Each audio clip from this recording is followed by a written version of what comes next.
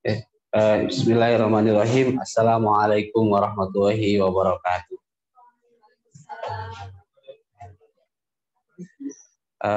Alhamdulillah wa syukurillah wala hawla wala quwata illa billah.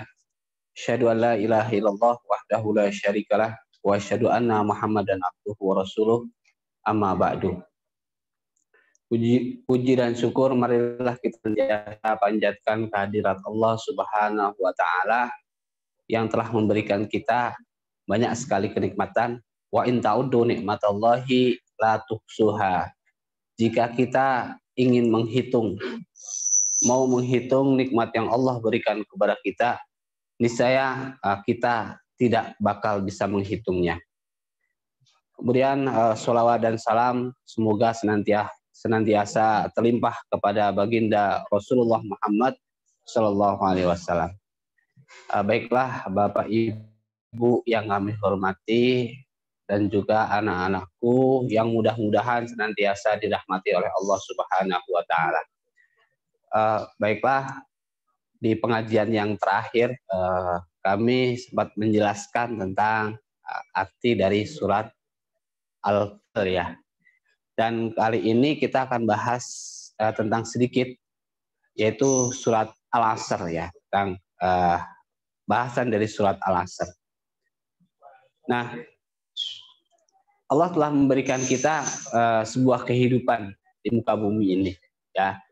Yang intinya adalah wa ma khalaqul jinna wal insa illa liya'budun, dan tidaklah Allah ciptakan jin dan manusia itu kecuali untuk menyembahku. Maka tiada lain ketika manusia hidup di muka bumi ini, maka landasan amal perbuatan manusia haruslah diniatkan satu niat hanya untuk mendapatkan ridho dari Allah Subhanahu wa taala. Maka dalam surat Al-Asr ini kita akan paparkan bagaimana landasan amal seorang muslim itu, sehingga amal seorang muslim itu memiliki nilai di hadapan Allah Subhanahu wa taala dan mendapatkan nilai untuk keberkahan hidup kita di dunia ya.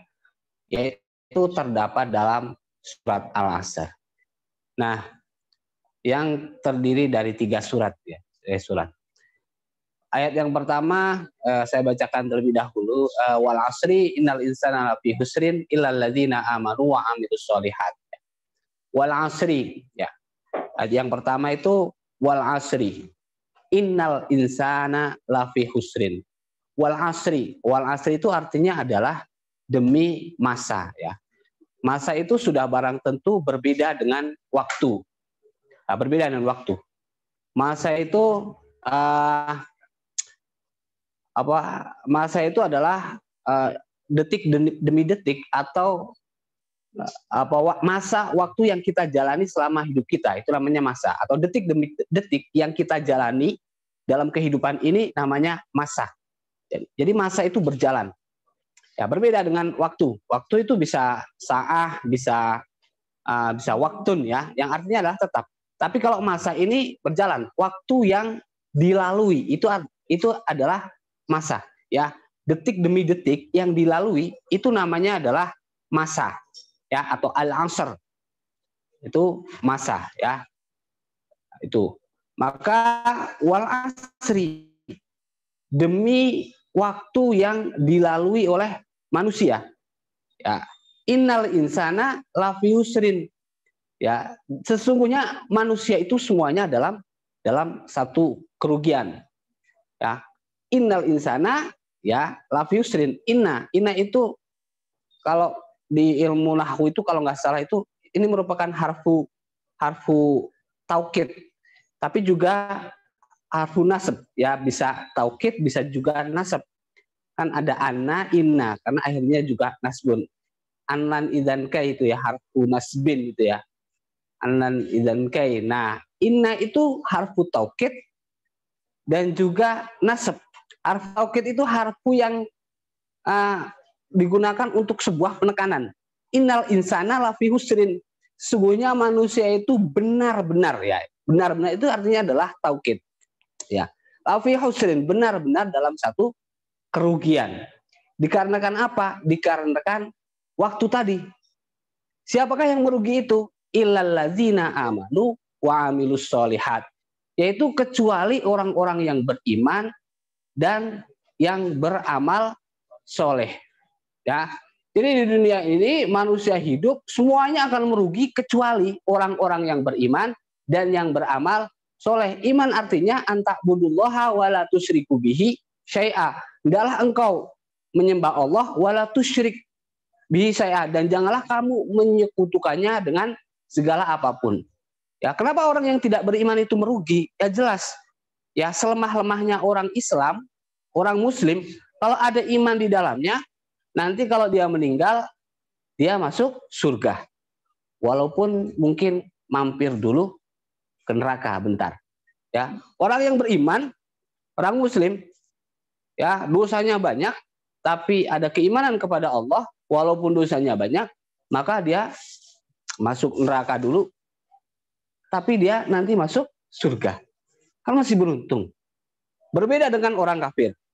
Kalau orang kafir mau beramal sebanyak apapun, mau sodako sebanyak apapun, mau berbuat baik sebaik apapun di muka bumi ini, tetap saja kebaikan itu hanya dibalas oleh Allah di dunia. Di akhirat tetap saja termasuk orang-orang yang merugi. Maka illalladzina amanu, orang yang tidak beriman, ya maka akhirnya tetap saja dia akan merugi. Segala perbuatannya jika tidak didasari dengan sebuah keimanan, maka merupakan satu kerugian.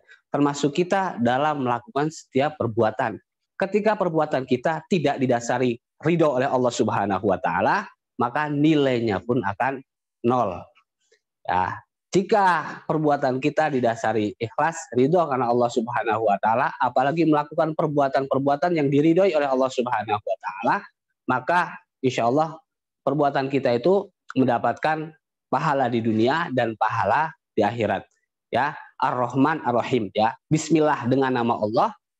Ya, Bismillahirrahmanirrahim. Ar-Rahman Ar-Rahim, yang Maha Pengasih. Pengasih itu adalah Allah Maha memberikan siapapun di muka bumi ini, baik itu orang Islam, orang tidak Islam, kalau dia benar-benar melakukan perbuatan yang baik, akan diganti kebaikannya oleh Allah di dunia. Itu namanya Ar-Rahman. Ar-Rahim itu hanya diberikan kepada orang-orang yang beriman, yaitu pahala ketika di akhirat nanti. Illalladzina amanu wa amilus solihat, dan orang-orang yang beramal soleh, ya, beramal soleh, yaitu melakukan amal soleh adalah setiap perbuatan yang didasarkan atas ridho Allah Subhanahu wa taala dan ditujukan untuk mendapatkan ridho Allah. Itu adalah amal soleh. Ya, setiap perbuatan yang diridhoi oleh Allah.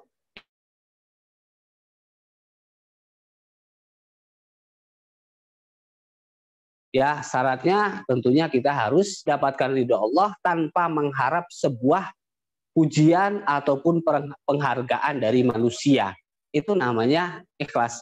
Maka ketika kita melakukan perbuatan, ya perbuatan itu menjadi keikhlasan.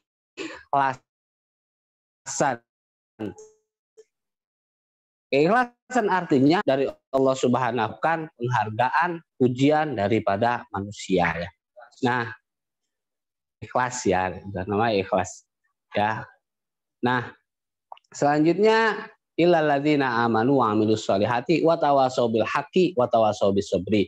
Nah, tentunya dalam kita beramal soleh itu kalau kita lakukan sendiri, nggak bareng-bareng, ya, nggak bersama-sama, secara otomatis kan susah, ya. Lebih enak seandainya kita lakukan bareng-bareng. Maka dengan kita beramal soleh secara bersamaan, saling nasihat dan menasihati, ya, maka akan terbentuk sebuah kebenaran. Tapi kalau kita sendirian, ya, yang akhirnya nanti akan susah ketika kita mau beramal soleh.